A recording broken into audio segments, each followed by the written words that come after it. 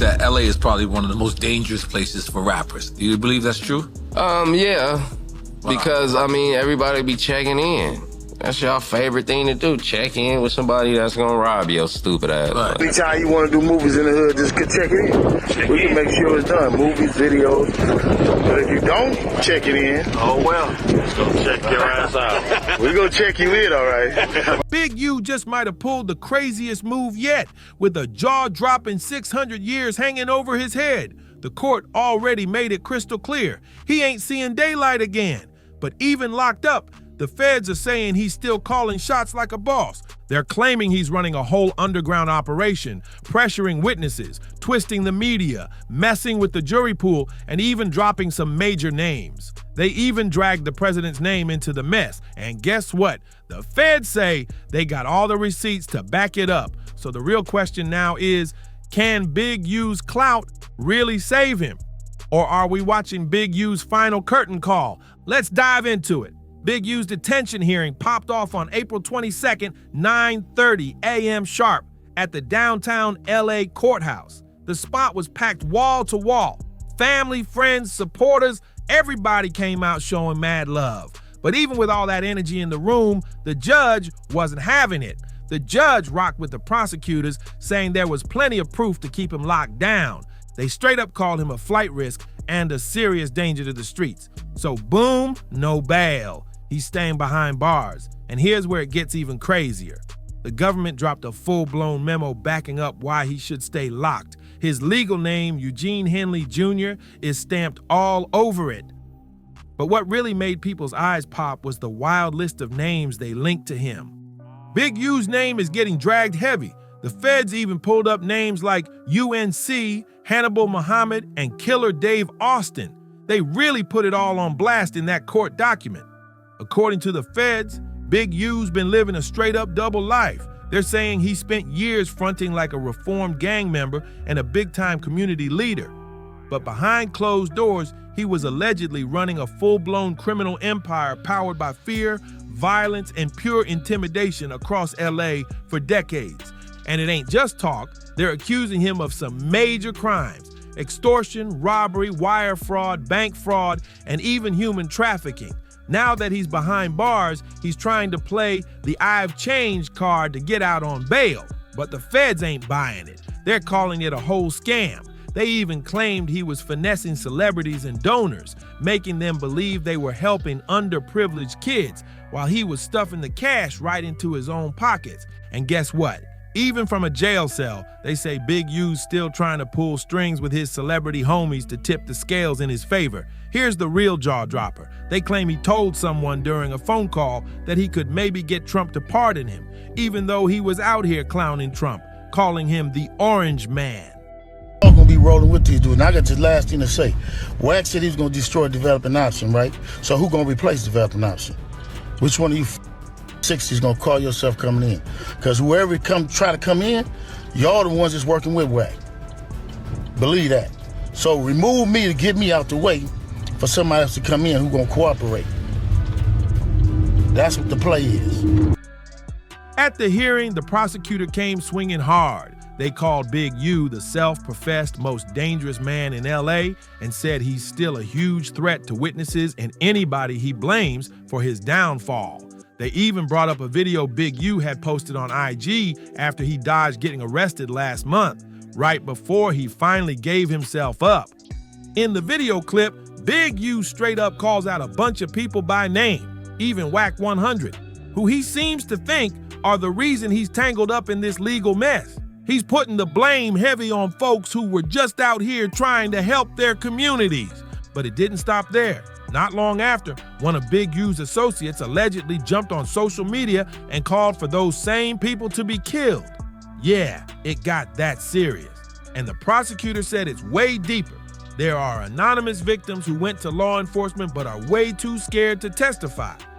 One potential witness even told the feds, if y'all can't even arrest him, how you gonna protect me?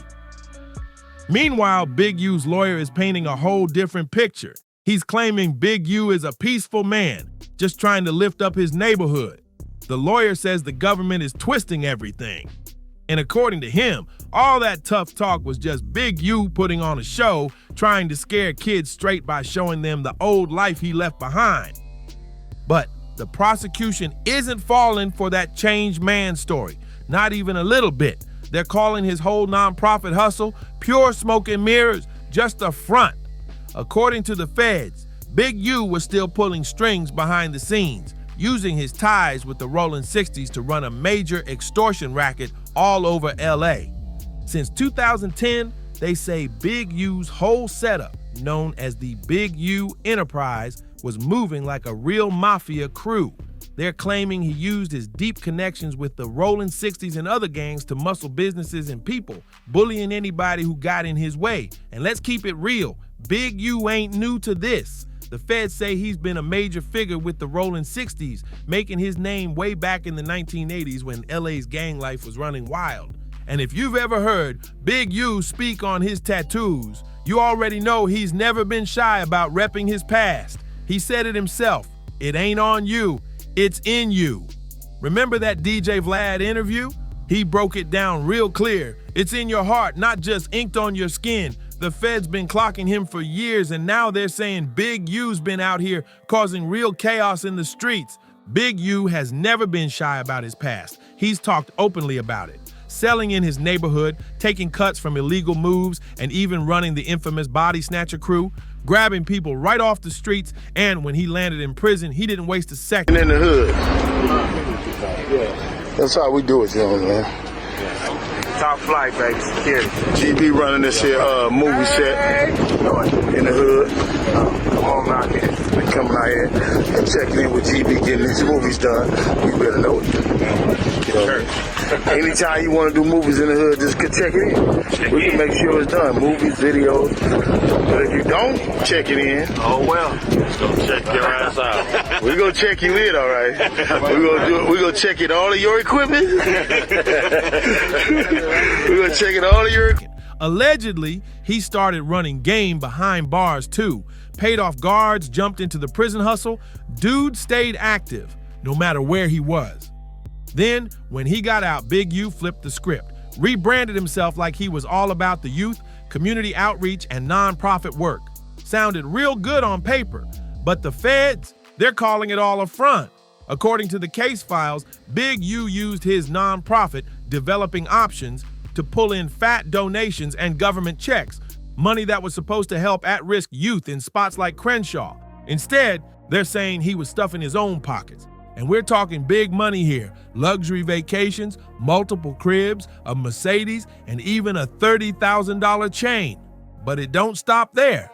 The feds also claim he filed a fake pandemic loan application saying his company, Unique Music, made $200,000 in 2019 when really it was losing money. If that's true, that's straight up federal loan fraud.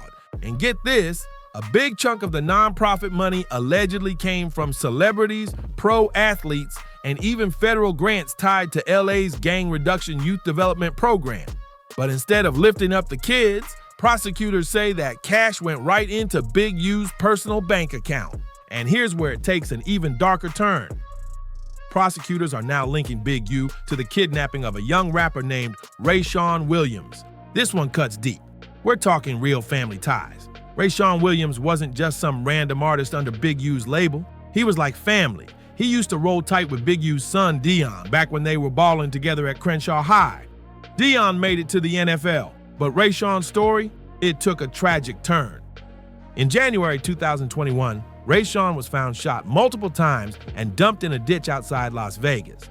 And here's the chilling part. According to the FBI, Big U was one of the last people seen with him. They say Big U flew Rayshawn out to Vegas, supposedly to record at a Grammy-winning producer's studio. But instead of dropping tracks like they planned, Rayshawn ended up recording a diss track, clowning Big U hard. He called him a bro who makes some money and joked about the studio delays. Seemed petty on the surface, but that might have been the spark that lit the whole thing up. Here's where it gets real dark. Feds say Big U personally rolled up to Vegas, drove Rayshawn out to North Las Vegas, and allegedly shot him in the head before dragging his body out into the desert and leaving him there. And it ain't just rumors. Prosecutors say they got heavy receipts. They're claiming Big U tried to cover the whole thing up, allegedly ordering people to delete the studio's surveillance footage, the last known footage showing what really went down, and it doesn't stop there. Big U allegedly told everybody in that studio to keep their mouths shut. No talking, no snitching, nothing. No cops, no questions, that was the code. And when it came time for Rayshawn's funeral, Big U was nowhere to be found. No call, no show, not even a word to the family. Just straight ghosted like none of it even happened. And yeah, we gotta bring up Nipsey Hussle's death too, because the streets are still whispering heavy and Big U's name keeps getting tossed around. People haven't forgotten, not for a second.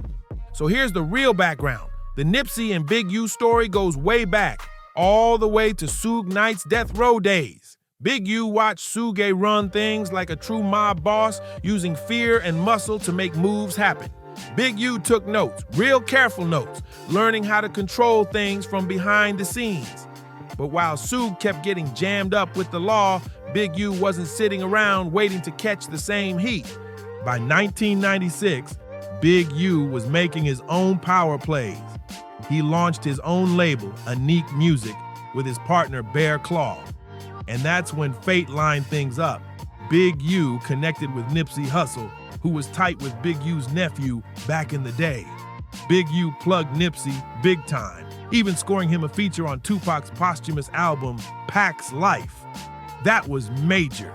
Imagine your name sitting right next to Pac's when you're still grinding to get noticed. Big U kept pushing Nipsey's career too, backing his Bullets Ain't Got No Name mixtapes and helping him climb up fast. But behind closed doors, things started getting shaky. And I'm on a phone, he FaceTimed me. So he FaceTimed me and stuff like that. He was like, Nipsey just got killed. I'm like, 6-0, I didn't hear that. So I hang. Allegedly, Nipsey was locked into a 10-year deal with Big U's label, and by 2009, he was desperate to break free. That's when real tension sparked. Once the trust got broken, Big U started pulling back, and that's when things got real murky. Word on the street was that Big U was allegedly using Nip's tour to move weight from city to city. But Nipsey wasn't about that life anymore. He was trying to clean up and move different. And when Nip started creating distance, Big U supposedly demanded his studio equipment back, and that lit a fuse. Nipsey fired back by dropping You Don't Got a Clue, a full-on track airing out all his frustrations. He made it clear he was done playing the middleman game and ready to take control of his own destiny. Luce says Big U wasn't feeling it and pulled up to confront Nip, even threw water on him and tried to square up. But Nip was too quick, kept dodging him left and right until Big U supposedly got so worn out it looked like a cartoon scene. Wild, right? But that wasn't the end of it. Big U wasn't about to just let it slide. He allegedly called in the crew to handle Nip. A full-blown beatdown popped off, and it got so out of hand that Black Sam had to fire shots in the air just to break it up. Cops came rushing in, people got cuffed on the spot, then Whack 100 came through saying that Big U actually knocked Nipsey out during that whole mess. This all went down during one of their first major fallouts. And whether you believe Luce, Whack, or Big U, one thing's for sure. This beef wasn't just about music, it was about control, about vision, and about two men trying to run things their own way. But this is where the whole vibe shifted. Big U used to be right there, walking Nip on stage, standing proud while Nip gave him his props. Nipsey was all about loyalty. He wanted his day ones shining with him every step of the way. But by 2019, things started getting rocky for real. Allegedly, Nipsey brought DJ Khaled to the hood to shoot the higher video, but without checking in with Big U first. And Big U wasn't feeling that at all. Word is, he sent the Rolling 60s to stir up drama, forcing Nipsey and Khaled to wrap the shoot early in a parking lot, scrambling to get out of there. Then tragedy hit. Nipsey was gunned down outside the Marathon store, allegedly by Eric Holder, another Rolling 60s member, who was heated over Nipsey supposedly calling him a snitch. And here's where things get even crazier. Eric Holder was tied to other names floating in the mix, including Brick Baby, who's now caught up in that new RICO indictment. But it don't stop there. The feds are dropping even more bombs. They're saying Big U was allegedly running an extortion play on celebrities and pro athletes flying into LA. Imagine NBA stars touching down in the city to party, gamble, and live it up. And before they could even pop a bottle, they allegedly had to check in with Big U to stay safe in the streets. Otherwise, it was open season. No guarantees in the city, and the streets were watching. One clip even surfaced showing Big U pressing a whole movie crew demanding they check in.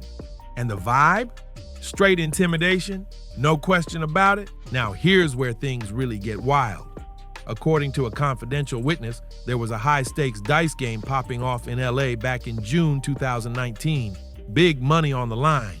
A pro boxer, only identified as AB, pulled up with his crew, but allegedly came through with rigged, teased dice.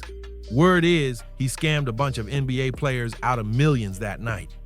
But here's the twist that flipped the whole table. AB didn't check in with Big U first, and you already know Big U wasn't about to let that slide. Allegedly, he sent some rolling 60s hitters to put hands on the boxer and get that stolen money back for the players. But it didn't end there. Not even close. The feds say Big U then turned around and made those same NBA players cough up $100,000 just so he could negotiate the situation and keep it from getting even messier. Basically, Big U got paid to fix a mess he allegedly set up in the first place. But buckle up, cause it gets even darker from here. Investigators say Big U was caught on wiretaps, straight up extorting a business owner, known in court as Victim 1.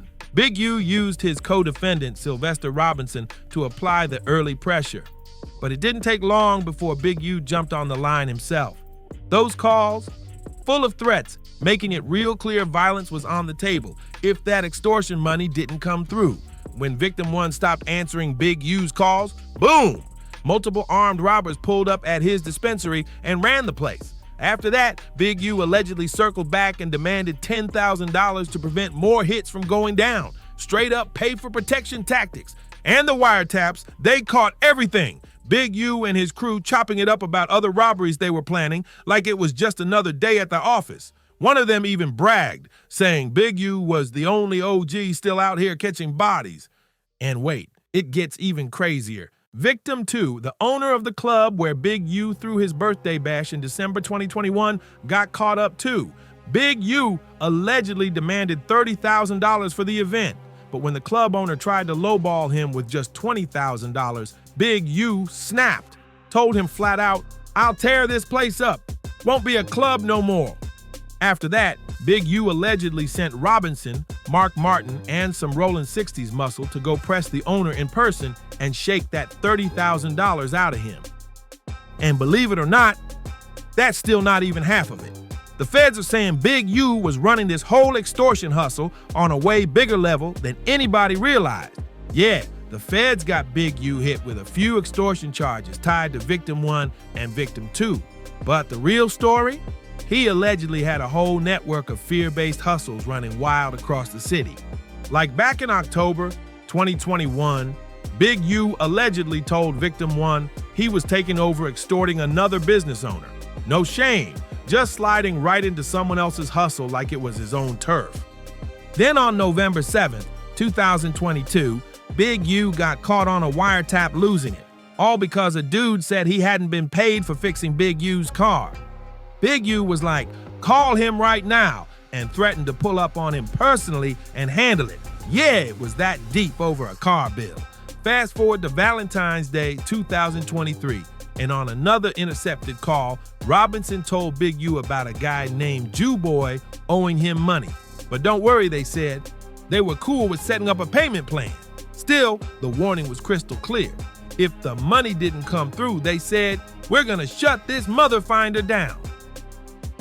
And then there's the power flex moment. On November 23rd, 2022, Big U was caught saying he could pay 3 people $50 each to jump somebody, all because the store wouldn't give him a discount. $50 to lay hands on somebody, straight pennies to bring the smoke. And on April 17th, 2023, Big U allegedly had someone send a cold, bone-chilling message to a dispensary owner, "You messed with the wrong guy." And that's not even the end of it. Let's not forget, Big U's been banned from touching heat since way back in '92 after that 23-year stretch he caught for armed robbery, moves, and conspiracy. But did that slow him down? Not even close. The feds say Big U never stopped carrying. Even after doing all that time, they're tying him to having heat during the whole Rayshawn Williams situation and when he allegedly sent folks to rob Victim One's dispensary. And they say they got recordings to back it all up. Like on October 22nd, 2022, Robinson told Victim One, "Yeah, we pulling up to your club after party, but don't even think about a pat down. Big U's coming." That's low-key code for he's packing and nobody's touching him. Fast forward a month, another tapped call catches Big U telling a dude behind bars, "Anybody coming for me better be ready, cause I stay with 2 blowers." Translation, Big U was always strapped, ready for whatever, and it doesn't stop there. In January 2023, Big U was caught on another call talking about arming up to roll into a Crips neighborhood, calling them the most arrogant, bougie, self-righteous mother, son earth. The ego was loud, but the threat even louder. Then on April 1st, 2023, another wiretap picks up Big U casually telling someone to go grab his blower, saying he left it in a blue sweatshirt in front of a tire, like it was just another day. No big deal to him. Big U wasn't just slick. He moved like a seasoned chess master out here. He insisted on face-to-face convos to dodge the feds, pressured people to stay silent, and straight up bullied anyone he even suspected of cooperating. One wild example, even when the charges weren't against him personally, Big U still jumped into the mix, told a victim's relative to have the victim pick the wrong person in a lineup just to protect his crew. That's next level interference right there. And it wasn't just on the streets. Big U had the media game on lock too. He told another associate exactly how to spin the press for his own lawsuit, had him rock glasses, play up the do-gooder angle, and say he worked with Big U's nonprofit Developing Options. Full-blown image control. Was actually with the police when they raided my house. And he's actually got video and footage of it, so y'all know what y'all dealing with. And I just want to say this to y'all. When they raided my houses and my property, they was asking about whack, loose cannon, 600, and this internet stuff. All of y'all filed. All y'all who be sending around the internet, all y'all who be promoting and listening to what these saying, all y'all giving these likes and hidden likes, all y'all supporting this. All y'all guilty of this. If you had something against a black man, you should handle it with a black man in the streets. Wack said 100 times he was gonna take my contracts. He working with the FBI. The FBI went to the city 3 days in a row and told the city they didn't want nobody to give me no more money. They went to all the different celebrities and told all the different celebrities, don't give me no money, don't help me, don't do nothing for me. They going around scaring and intimidating everybody. But y'all sitting it around getting people in trouble. Like y'all don't understand what the FBI do to black men. But the threats, they stayed loud. Even when Big U wasn't on calls himself, people were talking about beating witnesses down like breaking jaws was just everyday business. Low-key, that witness they're talking about might just be Wack 100. Cause if you remember from the original indictment, Big U allegedly threatened to break Wack's jaw around 20 different times on tap calls. Now, there's real talk about witnesses needing court protection, and it's looking way less like coincidence. And the boldness didn't stop there. Right before he was supposed to turn himself in, Big U dipped off with his phones like he wanted all the smoke. Then he hopped on IG, name-dropping his co-defendants and rivals, and basically told the public not to mess with them, saying straight up, if you do, you ain't black. It's wild out here.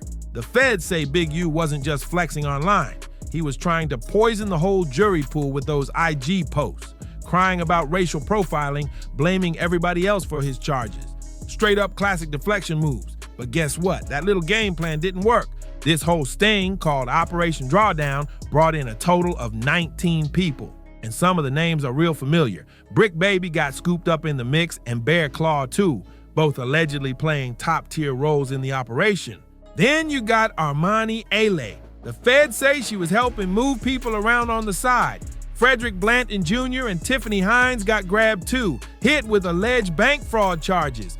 And even Luce got wrapped up, most likely because of his gang connections. When the feds pulled up, they weren't playing no games. They seized 49 firearms, not little handguns either, plus a fat stash of meth, 10,000 fentanyl pills ready to hit the streets, and a whole mountain of cash.